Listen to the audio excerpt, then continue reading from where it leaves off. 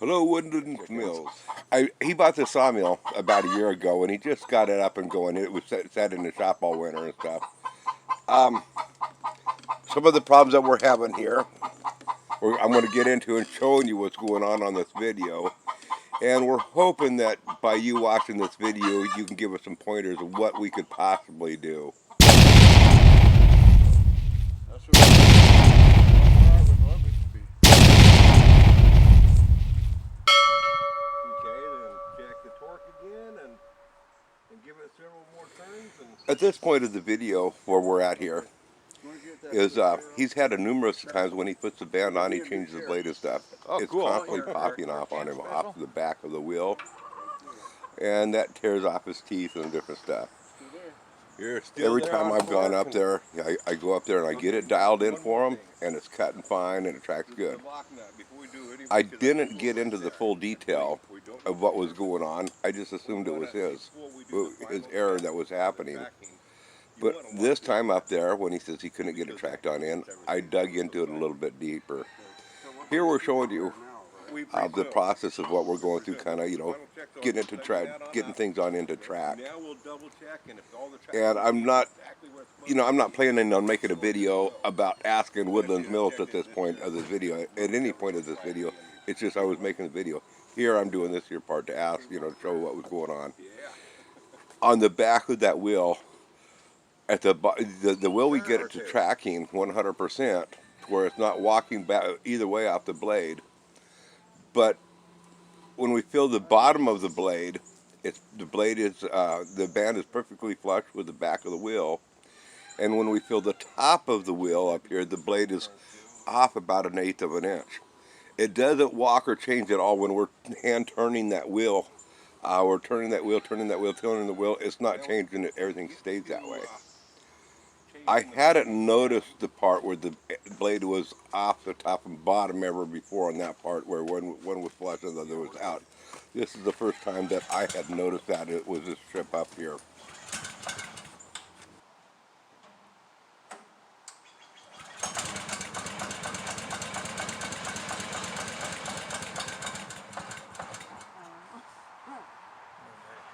Now, I'm throwing in this little bit of a clip just to show how hard of a time it is each time we go to start it too. It takes a lot of pulling.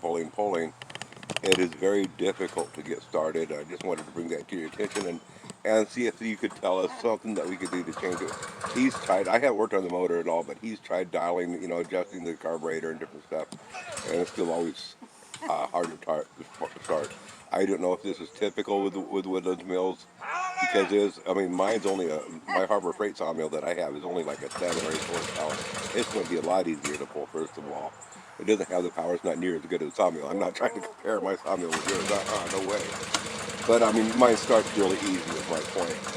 And this one here seems to be a whole lot harder to start. So I just wanted to bring that to your attention and see if you could give us a little bit of feedback there of what we could do to make it easier to start, short of electric start, which is a possibility in the future. Now, I am going to say that this is an ongoing problem that he's having with starting this thing. It's a tough one to get started.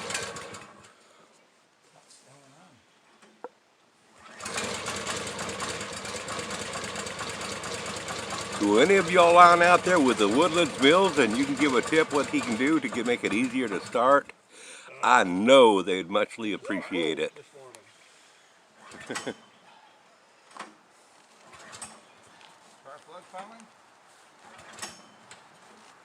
Wow, very cool this one.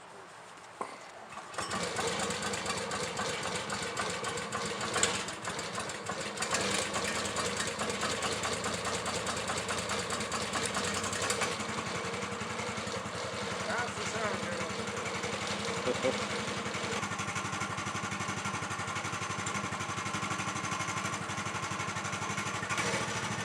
always like to run the blade a second and make sure the water's off.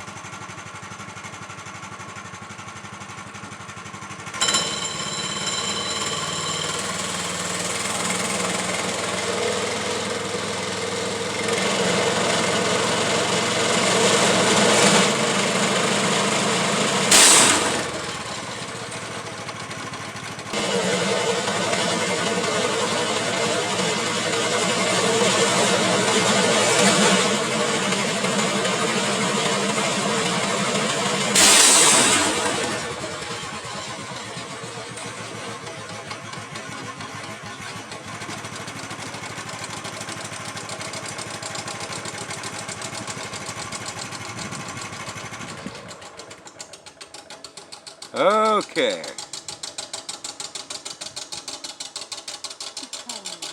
Something right off, didn't it?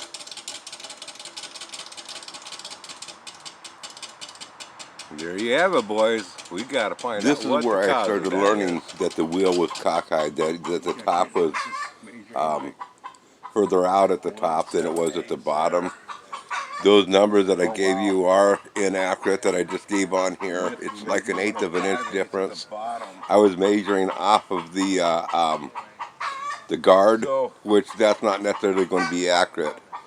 I have some pictures that I shot. I might even shot some videos of me checking it with a square off the post itself.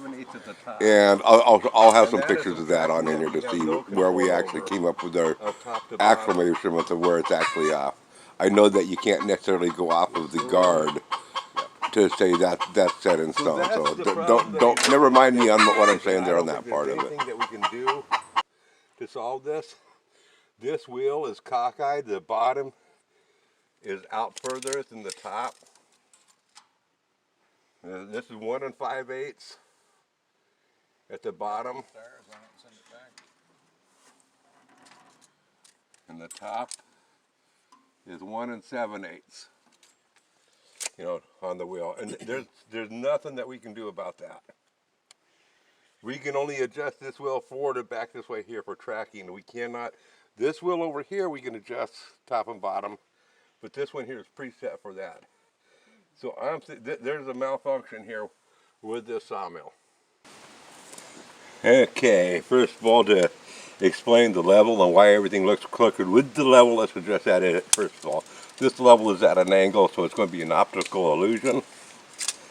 Measuring parallel off my back post to the front here, I am 8 and a strong 3/8, and up here it's a little bit different, but it's right at 8 3/8.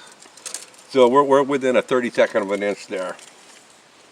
We're going to measure the wheel here. Out here I am 4 1/4, and at the top I am under 4 1/8. So there's about an 1/8 of an inch difference in top to bottom on the wheel, and as you can see, the wheel is snug. You know, it's not going to move. But this wheel is approximately an 1/8 of an inch out of tilt of where it should be, at least with parallel with this back post here. I don't know what to say about that, but it's causing a problem with our tracking, making the blades want to pop off. No matter how we adjust it for this way here, we cannot resolve the issue with the tracking up and down this way. Okay, I hope the lighting's good here. Now I showed you where the wheel was showing a little bit of a difference there.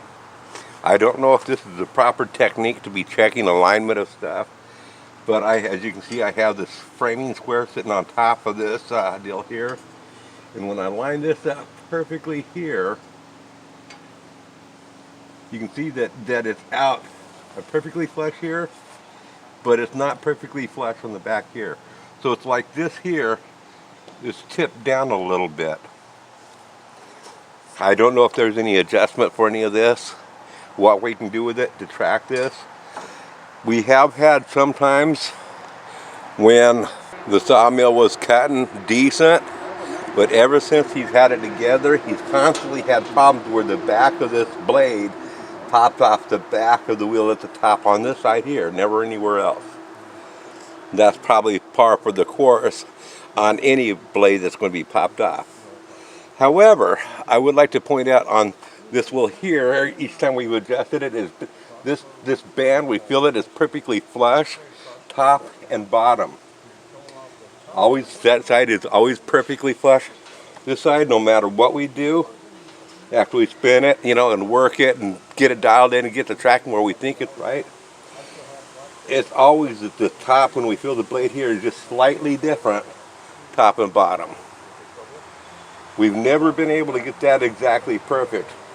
We've had it close enough to where it wouldn't pop the blade off, but still, Each time you change the blade, it's a huge problem of resetting and getting everything dialed in perfectly again, where the blade doesn't pop back off on the back there.